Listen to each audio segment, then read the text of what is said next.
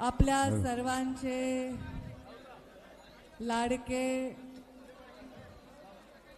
लोकनेते, तुमचा नेता आणि पिता मुंडे, तुमचा नेता आणि माझा पिता गोपीनाथ मुंडे साहेब यांच्या, खरं तर मला हा शब्द बोलायला आवडत नाही, पण त्यांची आज जयंती आणि मुंडे साहेबांनी जे प्रेम आपल्याला दिलं, जो सन्मान आपल्याला दिला, जो स्वाभिमान आपल्याला दिला, त्याचा वसा आणि वारसा चालवण्याचा विडा मी ते असतानाच उचलला होता, पण त्यांच्या जाण्यानंतर या ठिकाणी जिथे त्यांची समाधी आहे त्या समाधीवर जेव्हा मी त्यांना अंतिम संस्कार करत होते, त्यांना अग्नी देत होते, तेव्हा मी त्यांना शपथ घेतलेली आहे की गोपीनाथ मुंडे हे नाव मी जगाला कधीही विसरू देणार नाही. मुंडे साहेबांचा वारसा हा संघर्षाचा वारसा आहे, सोपा नाही. त्यांना शोभेल असाच संघर्ष मलाही वाटायला आला का नाही जिजा? एकतर आपल्या पित्याचं जाणं सहन करायचं, त्याच नंतर या तसं त्यानंतर राजकारणासारख्या या क्षेत्रामध्ये त्याही पेक्षा महत्त्वाचं म्हणजे बीड जिल्ह्यासारख्या जिल्ह्यामध्ये राजकारण करायचंय. हे काही एवढं सोपं काम नाही, येरा गबाळ्याचं काम नाही. मुंडे साहेबांनी जे विचार दिले, जे संस्कार दिले, त्या संस्काराचीच शिदोरी फक्त आपल्याजवळ होती. बाकी काही मुंडे साहेबांनी असा काही वारसा होता की बाबा धन धान्य संपत्ती नाही. मुंडे साहेबांनी जनसंपत्ती ही आपल्याला वारशामध्ये दिलेली आहे. प्रीतमताई मुंडे साहेबांच्या जाण्यानंतर अचानक राजकारणात त्यांना पाऊल ठेवावं लागलं आणि मुंडे साहेबांच्या जाण्यानंतर ताईंनी खासदारकीची निवडणूक लढवली. 10 वर्ष अत्यंत चांगलं काम ताईंनी देशामध्ये नाव होईल असं आपल्या बीड जिल्ह्याचं केलं आणि याचं मला मनापासून कौतुक आहे. ती माझी बहीण आहे म्हणून नाही. राजकारणात जेव्हा मी आमदार होते तेव्हा मुंडे साहेब खासदार होते, नंतर मी आमदार झाले तेव्हा प्रीतमताई खासदार झाल्या, तिसऱ्या वेळी प्रीतमताई खासदार झाल्या, पण मी काय आमदार झाले नाही. या जिल्ह्याची पालकमंत्री म्हणून 5 वर्ष मी या जिल्ह्याची सेवा केलेली आहे. तेव्हा जिजा तुम्ही आमदार होतात, दोंडे साहेब तुम्ही आमदार होतात, तेव्हा नमिताताई तुम्ही नव्हता, तुम्ही लहान होता, तुम्ही नंतर आल्या. आणि अनेक राज्यामधल्या सगळ्या आमदारांचं एकच म्हणणं असायचं की मुंडे साहेबांनी आम्हाला पहिल्यांदा राजकारणात आणलेलं आहे. आत्ताच माझ्याबरोबर धनुभाऊ पण दर्शन घेऊन गेले. त्यांना पुढे वैद्यनाथाचं दर्शन घ्यायला जायचं होतं आणि ते पुढे गेलेत. खरं तर माझी तब्येत 3 दिवस इतकी खराब होती, मला प्रचंड ताप, प्रचंड अशक्तपणा होता. तब्येतीचा अंदाज घेऊन प्रीतमताई पुढे निघाल्या. प्रवीणजींचा निरोप होता मला, मी त्यांना व्हिडिओवर दाखवलं, बघा माझी काय हालत आहे. आमचा केजचा संदीप पाटील फोन करत होता, मी त्याला व्हॉइस क्लिप पाठवली, अरे बाळा माझी तब्येत बरोबर नाही. तर त्याचा मला मेसेज आला, ताई आमच्या डोळ्यात अश्रू आले, तुमचा आवाज खूप खराब आहे. आत्तासुद्धा या क्षणाला माझी तब्येत बरोबर नाही, मला ते नाग वेडा काय असते ते झालं. या खांद्यापासून पाठीपासून पूर्ण विळखा आहे. आता बाया गटकडून मिठी मारायल्यात, पाठीवर थापा मारायल्यात, माझ्या अंगाची आग होत होती. पण मला बाबांचं दर्शन घेणं नाही असं कसं होईल. माझ्या श्वासात श्वास असेपर्यंत दसऱ्याला भगवान भक्तीगड आणि गोपीनाथ गडाचं दर्शन 12 डिसेंबर 3 जूनला माझं तर चुकणार नाही. का चुकणार नाही ह्याचं गुढ सांगते. मी साहेबांच्या पोटी जन्म घेतलाय, प्रीतमताईंनी साहेबांच्या पोटी जन्म घेतलाय, पण तुम्ही काही साहेबांच्या पोटी जन्म नाही घेतला ना. हजारो लोकांनी मुंडन केलं होतं साहेब गेल्यावर, हजारो लोकांनी जणू स्वतःचा बाप केलाय. तर त्यांनी जे रक्ताचं नातं निर्माण केलंय ते नातं रक्ताचं आहे, घामाचं आहे, श्रमाचं आहे, परिश्रमाचं आहे, संघर्षाचं आहे, एकमेकांना दिलेल्या. ए बाबा मागचे शांत बसा ना, आपण कुठल्या कार्यक्रमात आहोत? शांत बसा. बाहेरच्या जिल्ह्यातून आलेले सगळेजण जिथे आहे तिथे बसा, काही प्रॉब्लेम नाही. हे नातं तुम्ही निर्माण केलंय. आणि तुम्ही जर घरामध्ये कुठली तारीख जर काढायची असेल, खाली बसा म्हणूच नका, बाकीचे नुसते खाली बसा. प्रत्येक जण खाली बसा म्हणायला, नुसते बसा, तोंडावर बोट ठेवा आणि बसा खाली. हाताची घडी, बोलल त्याचं दुखल पोट. तुम्ही जर एखाद्या लग्नाची तारीख आली आणि 12 डिसेंबर आली, एखाद्या कार्यक्रमाची तारीख आली आणि 3 जून आली, तर तुम्ही सुद्धा घेत नाहीत, नाही आपल्याला साहेबांच्या गोपीनाथ गडावर जायचंय. मग माझ्या एवढं काय, माझ्यापेक्षा काकणभर जास्त प्रेम तुम्ही मुंडे साहेबांवर केलंय, तर मी माझ्या कातड्याचे जोडे जरी करून तुमच्या पायात घातले तरीही मी तुमचं ऋण कधीही फेडू शकणार नाही. सगळ्या जातीचे, सगळ्या धर्माचे लोक मुंडे साहेबांमुळे केवळ भरभरून माझ्यावर प्रेम करतात. आज मी इथे बोलायच्या आधीच मी एका गोष्टीचा उल्लेख करू शकते. केज तालुक्यामध्ये झालेली घटना. माझा भाऊ लहान, आता या लोकसभेच्या नाही, आधीच्या निवडणुकीत सरपंच होता, माझ्याबरोबर काम केलंय. मी कधी पक्ष पाहिला नाही. माझं राजकारण 5 वर्ष मंत्री असताना मी विरोधी पक्ष, आपला पक्ष, आपला तुपला, याचा त्याचा, याचा पाहुणा त्याचा पाहुणा, काही पाहिलं नाही. मी पाहिलं ते फक्त माणुसकीचं नातं. माझ्या जिल्ह्यात जन्मलेला प्रत्येक माणसाचा विकासाचा अधिकार आहे, हा विश्वास ठेवून मी काम केलं आणि तो विश्वास कमवण्याचं काम केलं. तो माझा भाऊ कुणाच्या तरी आईच्या पोटचं लेकरू सकाळी घरी निघाले आणि परत घरी आलं नाही. त्या आईच्या यातना एक स्त्री समजू शकते. त्या आईच्या दुःखामध्ये मी सहभागी आहे. त्या घरामध्ये असणाऱ्या प्रत्येक स्त्रीच्या, त्या घरात असणाऱ्या त्याच्या भावाच्या, त्याच्या घरच्या आई वडिलांच्या दुःखामध्ये मी सहभागी आहे. आज अशी परिस्थिती परत बीड जिल्ह्यामध्ये येऊ नये हीच मी ईश्वरचरणी, वैद्यनाथाच्या चरणी प्रार्थना करते आणि मुंडे साहेबांच्या चरणी प्रार्थना करते की अशा परिस्थितीशी लढण्याची सक्षमता आणि शक्ती हे माझ्या लोकांमध्ये होते. आपण जसे आहो त्याचंच, जसा नेता आहे, आता मी मोठी बहीण आहे, मी बाबा जसे करायचे तसे करायचे. बाबा असे मागे पाठीला हात घेऊन चालायचे, तशीला अर्धे लेकरं या परळीमध्ये आमच्या नाथऱ्यामध्ये, हो रे राजे, नाथऱ्यामध्ये, हो रामू तुझा मुलगा दाखवत होता त्या दिवशी बाबा कसे चालते. त्यांनी तर साहेबांना पाहिलंच नाही. आमचा सचिन आहे नाथऱ्याचा, त्याची मुलगी साहेबांसारखं चालवून दाखवाय. आज या राज्यामध्ये मुंडे साहेबां जसा नेता आहे, जसा कार्यकर्ता आहे, तसाच खाली कार्यकर्ता तयार होत असतो. आपल्या कार्यकर्त्यांवर आम्ही आयुष्यामध्ये चांगलेच संस्कार करायचा प्रयत्न केलेला आणि माझ्या कार्यकर्त्यांकडून, माझ्या जवळच्या माणसाकडून कोणालाही नख सुद्धा लागलं नाही पाहिजे, ही माझी अपेक्षा. माझ्या लोकसभेनंतर सुद्धा मी आव्हान केलं होतं, मन मोठं ठेवा. निवडणुका येतात आणि जातात. निवडणुकीमध्ये एखादा माणूस आपल्या विरोधात काम केलं म्हणून त्याच्या जीवावर उठायचं काही कारण नाही. पुढच्या निवडणुकीमध्ये बदल होत असतात. लोक भ्रमात जातात, लोक गंभीर विचार करत असतात प्रत्येक गोष्टीचा आणि एखाद्या दिवशी एखादा चकवा येत असतो राजकारणामध्ये. त्या चकव्याला मागे टाकायचं आहे आणि पुढे जायचं आहे. मोठं मन, राजासारखं मन ठेवलं पाहिजे आणि मनासारखा राजा लाभला पाहिजे. हे प्रत्येकाचं सोनं करायचं आहे जीवनामध्ये, हेच आमचं कर्तव्य आहे. त्या लेकराचा जीव गेला त्याच्याबद्दल, त्याची जी निर्घृणपणे त्याचा हत्या झाली त्याच्याबद्दल मी अत्यंत तीव्र संताप व्यक्त करते.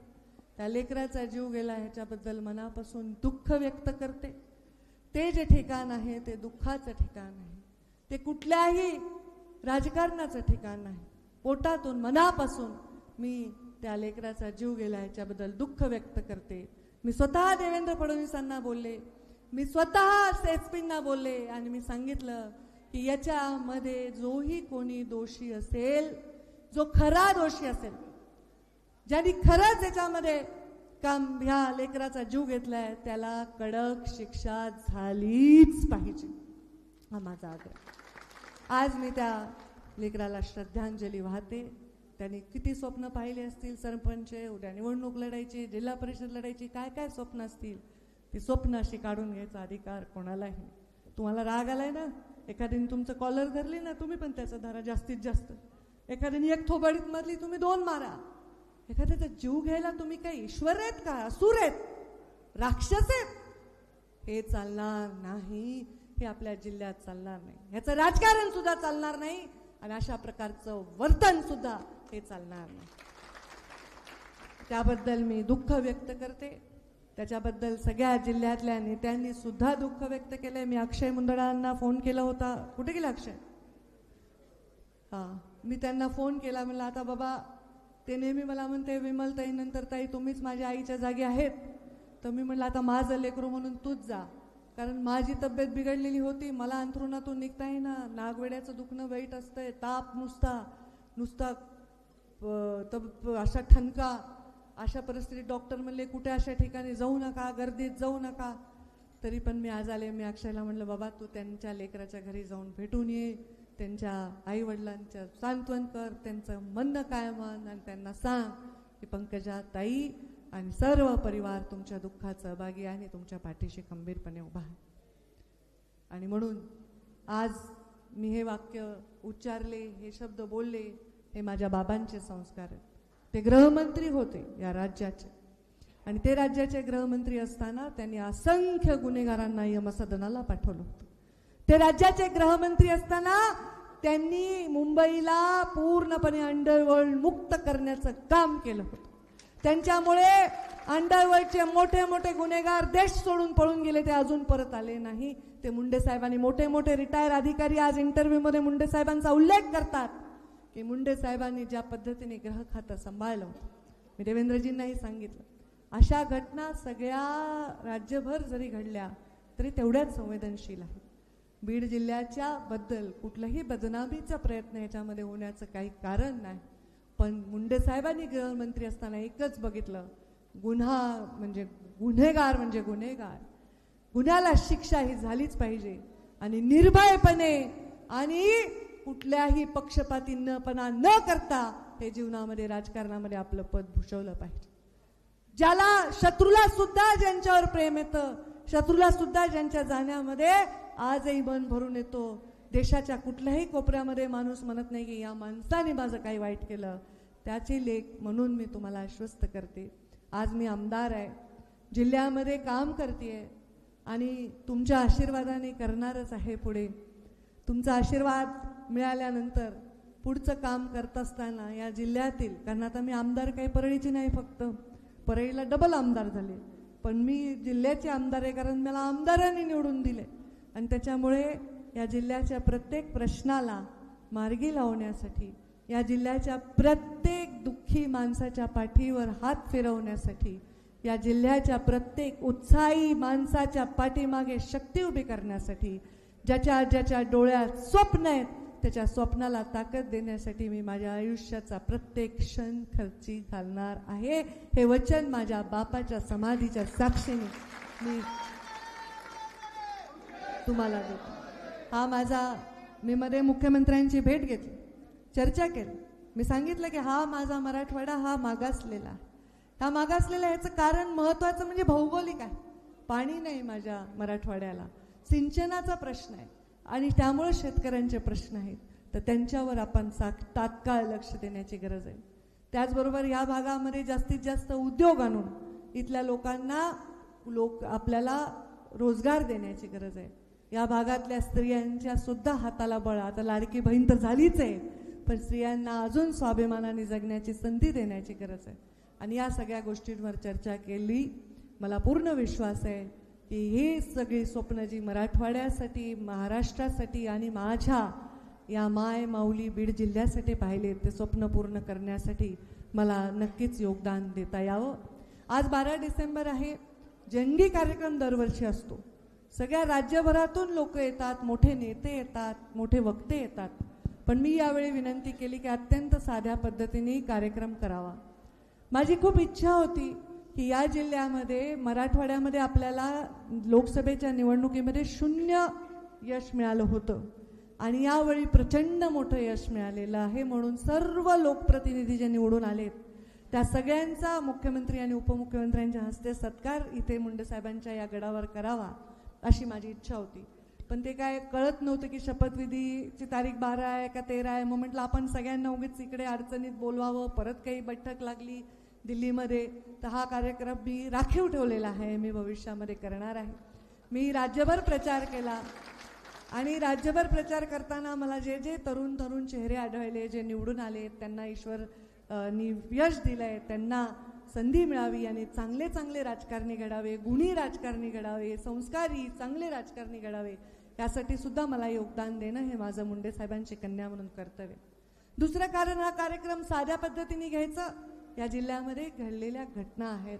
आता काही अपहरणाची घटना झाली किंवा ही मृत्यू झाला या तरुण पोराचा, त्याच्यामुळे आम्ही ठरवलं अत्यंत साध्या पद्धतीने हा कार्यक्रम घ्यायचा. मी धनुभाऊलाही म्हटलं हे कारण आहे, ते मला योग्य केलं की अशा परिस्थितीमध्ये आपण काही जंगी कार्यक्रम घेणं योग्य नाही, आपल्या जिल्ह्यामध्ये एवढं दुःख झालं असताना.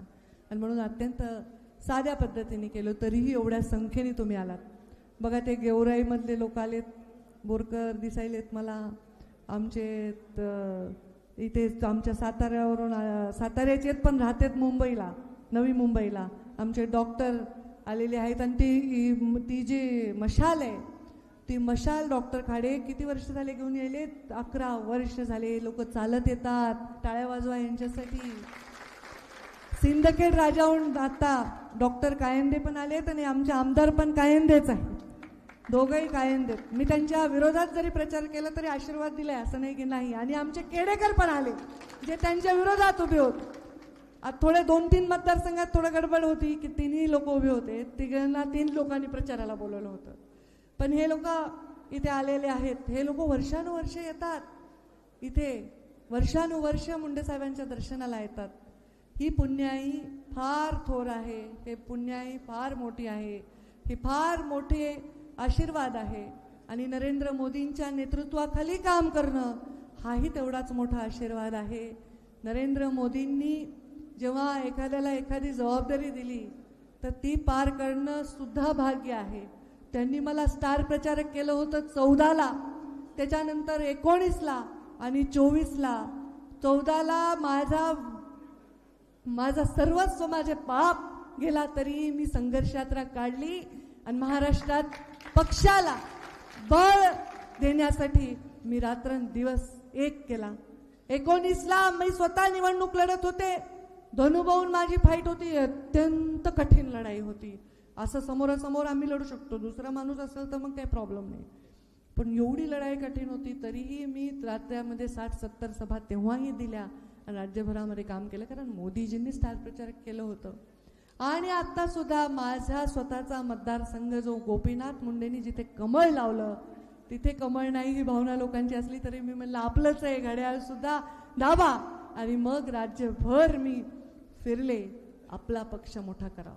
हे मुंडे साहेबांची जी समाधी आहे ही कमळात आहे. दरवेळी मी सांगते, कमळातच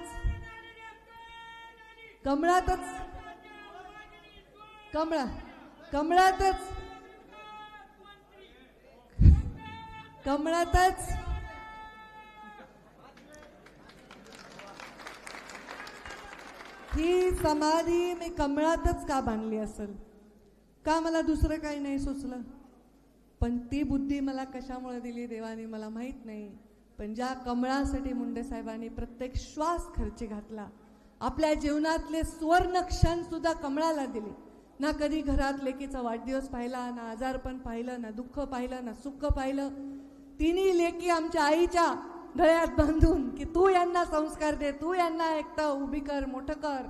मी मात्र देशासाठी, राज्यासाठी, राष्ट्रासाठी काम करणार आहे. कारण मी त्या मुशीतून आले, राष्ट्रीय स्वयंसेवक संघाच्या त्या संस्कारातून आले. राष्ट्र प्रथम आणि संघटन आपलं सर्वश्रेष्ठ आहे.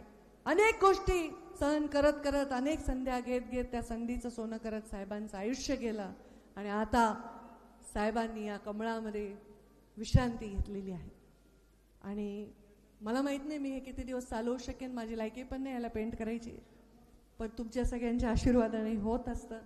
ईश्वराने, बाबांनी, भगवान बाबांनी मला आशीर्वाद द्यावे की ज्या कुळात जन्मले त्या कुळाचा, ज्या वंचित समाजात जन्मले, म्हणजे जात नाही म्हणत बरं का, मी या मराठवाड्यातला मी सगळ्याच वंचित आहे ना. काही इथल्या पाणी काही जात बघून येतं का की बाबा ह्याच्या मळ्यात येतं, त्याच्या येत नाही, त्याच्या येत नाही, असं नाही ना. सगळेच वंचित आहेत नाही विकासापासून. त्या वंचितात जन्माला आले, ज्या भागात जन्माला आले आणि ज्यांना मी जन्म दिला त्यांचं उत्थान आणि त्यांचा उद्धार करण्याची क्षमता ही माझ्यामध्ये यावी. न्याय देवतेचा तराजू जसा हातामध्ये असतो आणि त्या तराजूमध्ये खरं खरं आणि खोट्याला खोटं असतं, तसं खरं आणि खरं खोटं करण्याची शक्ती माझ्यामध्ये यावी. आणि आपल्या जीवनामध्ये मुंडे साहेबांनी जो मंत्र दिलाय त्या मंत्राला कधीही मी मुठमाती देऊ नये एवढी माझ्यामध्ये नेहमी शक्ती असावी. काय मंत्र आहे तो? मी थकणार नाही, मी रुकणार नाही, मी कोणासमोर कधीही झुकणार नाही. मी उतणार नाही, मी मातणार नाही, मी घेतला वसा टाकणार नाही. तुमच्यापैकी काही लोकांना हक्कानी पाठीत धपाटा मारू शकते, काही लोकांना तुझं चूक आहे रे तू गप्पाच म्हणू शकते. हे बघा हसायले. मी कधी पाठीत खंजीस कुपरणाऱ्याची औलाद नाही.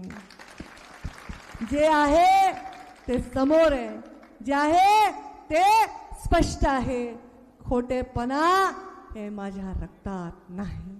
आणि म्हणून याच्या कमळात माझा बाप विश्रांती घेत आहे. उद्या वेळ आली तर इथेच माझी विश्रांती होईल. हे माझ्या आयुष्याचा प्रवास आहे. आणि त्याच्यामुळे माझ्या मी जेव्हा लहान होते ना, एवढीशी पंकुताई म्हणायचे लोक मला, पंकुताई साहेब म्हणायचे पंकुताई. तर एवढी होते तेव्हा मी कुणाला भेटायचे 12-13 वर्षाची असताना. इथं नाही भेटायचे तुम्हाला कोणाला, प्रवीणजी. बाबा म्हणायचे सुंदरलालजी पटवा आलेत, मी मध्य प्रदेशचा प्रभारी आहे, अर्धा तास गप्पा मार. बाबा म्हणायचे विजयाराजे शिंदे आल्यात, त्यांच्याशी बस चहा पाणी कर. या राज्यामध्ये, या देशामधले मोठे मोठे नेते 12-13 वर्षाचे असताना मी त्यांचा पाहुणचार केलाय. एक संस्कार आहे, एक सज्जनता आहे, एक घरंदाजपणा आहे, खानदानीपणा हे वागण्यामध्ये आपल्या असताना जीवनामध्ये आपण कधीही कुणाचं वाकडं करण्याची गरजच काय, जर लोक आपल्या पाठीशी उभे आहेत. आपल्याला यश नाही मिळालं तर लोक जीव देतात, ह्याच्यापेक्षा लोकांचे काय आपल्यावर प्रेम असू शकतं.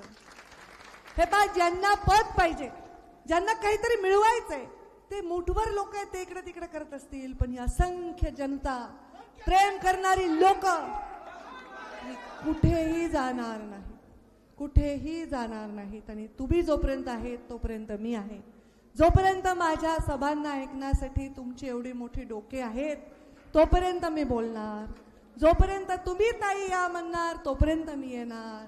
जोपर्यंत तुम्ही ताई पाहिजे म्हणणार तोपर्यंत मी असणार. ज्या दिवशी तुम्ही म्हणणार ताई नको, मला तुम्हाला लादणारच नाही. तुम्ही माझ्यावर जे प्रेम केले, माझ्यावर जो जीव दिलाय, त्याच्यामुळे आज मी इथे आहे. तुम्हा सर्वांचे हात जोडून मनापासून आभार मानते. आणि जे इथे आलेत सगळे, आता सगळं इथे खिचडी झाली आहे, सगळेच आलेत, सगळ्यांचे मी स्वागत करते. नमिताताई मुंदळांचे, अक्षय मुंदळांचे स्वागत करते, धोंडे साहेबांचे स्वागत करते, जिजांचे स्वागत करते, प्रवीणजी तुमचे स्वागत करते, आमचे डॉक्टर कायंदे आणि आमचे आमदार कायंदे सतीश नागरे यांचे स्वागत करते. आमचे इथे सगळे, तुमचा हात वरच आहे का, तात्या आलेले आहेत, त्यांचं स्वागत करते. सगळे इथे आलेले आहेत, सगळे मागे आष्टीचे लोक आलेले आहेत, केसचे लोक आलेले आहेत. आमचे मागे दिसायलेत संतोष भाऊ दिसायलेत, नेहरकर दिसायलेत, भगवान दिसायलाय, विजयकांत मुंडे दिसायलेत, रामदास बडे दिसायलेत, नेताजी मालक दिसायलेत, दत्ता काका देशमुख दिसायलेत, उषा काकू दिसायलेत, रमाकांत बापू, अनुरोध सानप सगळे तर दिसायलेत. सगळ्यांचे नाव घेतले तर कसं होईल. आणि यावेळी मी आमदारांचा कार्यक्रम रद्द केल्यामुळे जे दरवर्षी येणाऱ्या माझ्या आमदार आल्याच आहेत, पण मला वाटलं यावेळी मोनिकाताई राजळे आल्या आहेत, टाळ्या वाजवून त्यांचंही स्वागत करावं. अत्यंत झुंज देऊन त्यांनी निवडणूक जिंकलेली आहे. त्यांचंही मनापासून मी स्वागत करते. आणि आज या ताई इकडे या. आज कुठलाही कार्यक्रम जाहीर नसताना देखील एवढे सर्व नेते कार्यकर्ते आले, त्यांचे मी हात जोडून आभार मानते.